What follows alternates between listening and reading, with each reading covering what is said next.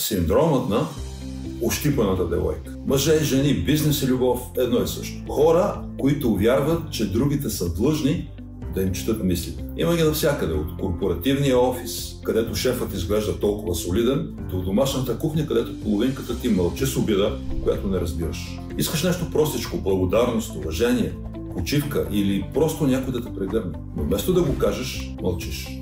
Стоиш с вирната брадичка и чакаш другия да се сети. Когато той естествено не успее, започваш тихата война на пасивна агресия. Какво има? Нищо. Добре.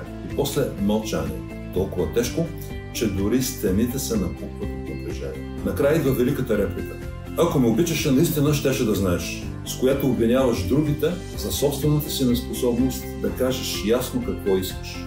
Абсурдна манипулация, с която пазиш егото си от страх да не бъдеш отхвърлен. Защо? Защото е по-лесно да се сърдиш, отколкото да си уязвим. Но телепатията не работи. Говорете ясно. Животът изведнъж става лесен и даже хубав.